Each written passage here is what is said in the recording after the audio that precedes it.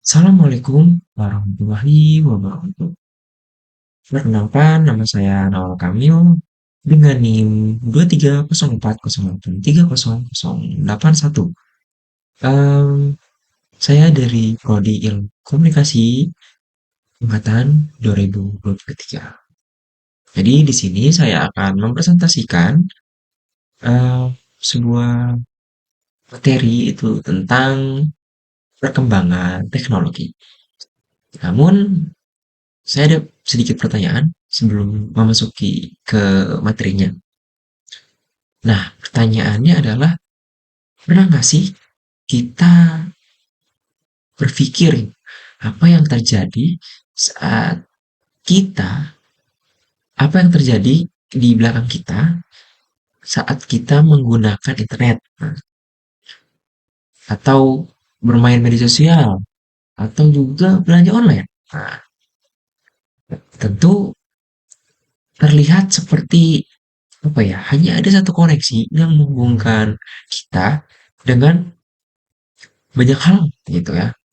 Tapi di saat yang bersamaan ada juga jutaan atau miliaran orang gitu yang terhubung dengan banyak hal yang berbeda-beda secara bersamaan. Nah, dari itu kita masuk ke materi, yaitu internet. Bagaimana internet itu bekerja? Kita langsung masuk ke materinya.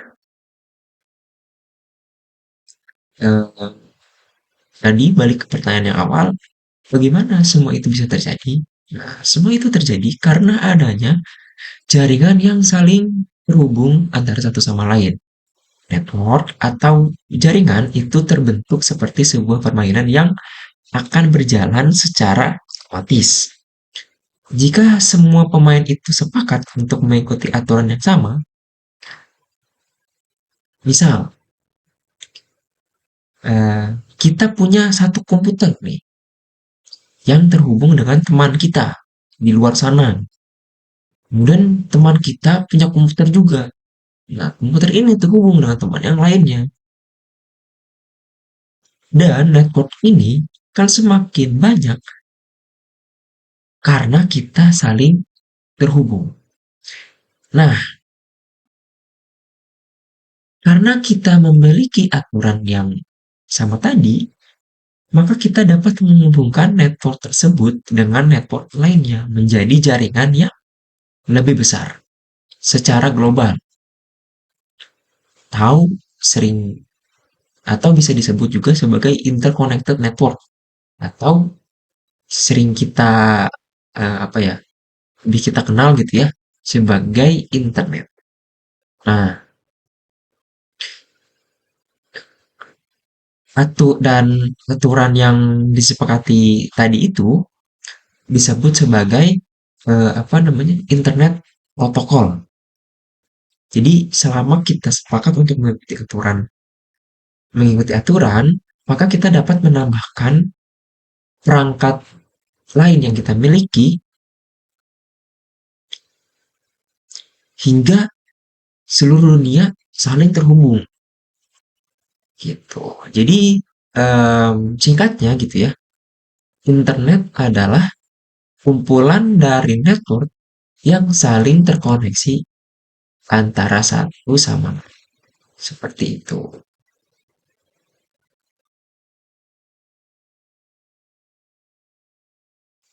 Kemudian untuk setiap perangkat nih yang terhubung ke internet itu akan memiliki nama yang unik yang dinamakan sebagai IP address. Nah, di mana nantinya miliaran IP address ini diatur penggunaannya gitu oleh organisasi bernama IANA. Agar apa? Agar tidak terjadi duplikasi alamat internet call. Sedangkan untuk mengakses situs atau website itu dibuat sistem nama, sistem nama domain agar mempermudah kita sehingga kita tidak perlu menghafal IP address. contoh nama domain itu ada .com, .org, .net, .eu, dan .in. Nah, di mana pendaftaran nama domain ini diatur penerbitannya oleh organisasi yang bernama ICANN, N-nya 2. Nah, apakah kalian tahu nih bahwa pesan itu, pesan yang apa ya, pesan ataupun gambar gitu ya, yang kita kirim di internet itu tidak sepenuhnya ditransfer itu secara utuh berbentuk gambar gitu. Jadi gambar itu langsung aja kita kirim. Nah, itu enggak. Jadi gambar itu dipecah terlebih dahulu ke bentuk data-data yang sangat kecil. Nah, nantinya data-data kecil ini memuat informasi tentang apa yang dikirimkan, dari mana asalnya, dan kemana data-data ini akan dikirimkan. Kemudian, dari setiap data kecil ini bisa ditransfer melalui banyak jalan yang berbeda. Kemudian, dengan mengikuti internet protokol yang tadi itu, perangkat penerima dan si perangkat penerima itu bisa apa ya? Bisa menerjemahkan kembali menjadi gambar yang utuh. Nah, jadi yang tadinya ketika kita mengirimkan gambar itu hanya berupa data-data kecil, tapi ketika eh, data kecil itu sudah sampai ke perangkat si penerima, gambar itu akan kembali menjadi utuh. Nah, itulah hebatnya internet. Dan ada lagi nih kehebatan dari internet, yaitu desentralisasi. Nah, dengan banyaknya jalur koneksi yang saling terhubung satu sama lain, sehingga dapat mengurangi kemungkinan adanya kegagalan jaringan. Jadi saat salah satu, misal nih ya, saat salah satu jalur network itu entah terhambat, entah rusak gitu ya, pesan kita itu nantinya akan mencari jalur lain gitu. Agar apa? Agar tetap bisa sampai tujuan. Akan tetapi, apa yang terjadi jika kita dan teman kita menggunakan provider internet yang berbeda? Nah, timbul pertanyaan, akankah pesan akan tetap bisa tersampaikan? Karena ISP atau jaringan yang berbeda ini rata-rata memiliki sebuah hubungan bilateral.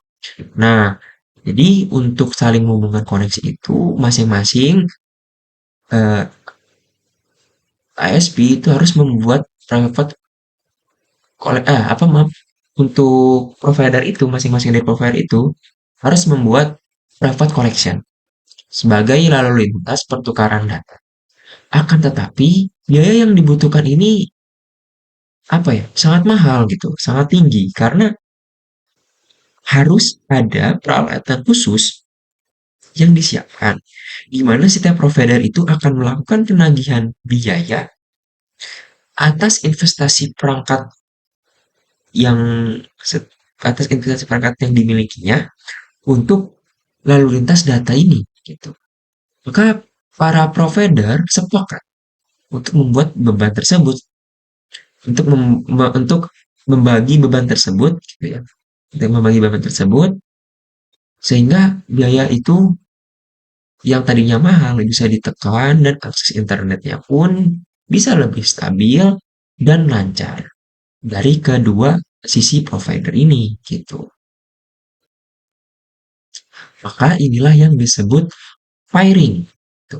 Sayangnya, pairing ini tidak akan efektif jika ada lebih dari 3 internet service provider atau penyedia konten. Apa demikian? Misal nih, sebut saja kita ambil contoh ada 5 ISP yang harus terhubung, maka satu ISP ini harus memiliki 4 hubungan, memiliki 4 hubungan bilateral atau pairing agar dapat terhubung ke semua ISP atau penyedia konten. Jadi bagaimana jika yang terlibat pada 100 ISP? Atau bagaimana jika ada 1.000 konten? Wah, itu kan sangat ribet ya. Tentunya akan sangat repot bila apabila harus menghubungkan satu persatu dan membuat perangkat terkoneksi antara semuanya. Jadi pada akhirnya untuk membuat lebih efektif setiap PSP dan penyedia konten harus mau bertemu di satu sisi jaringan yang dapat menghubungkan semuanya. Maka dibuatlah IX atau Internet Exchange.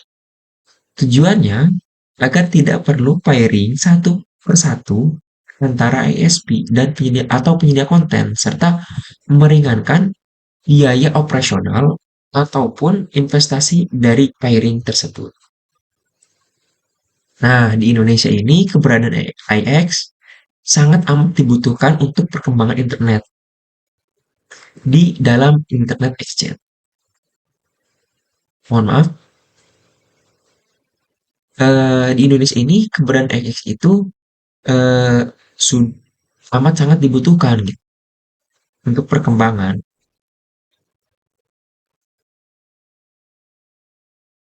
Nah, kemudian di dalam eh, Internet Exchange itu terdapat berbagai macam konten.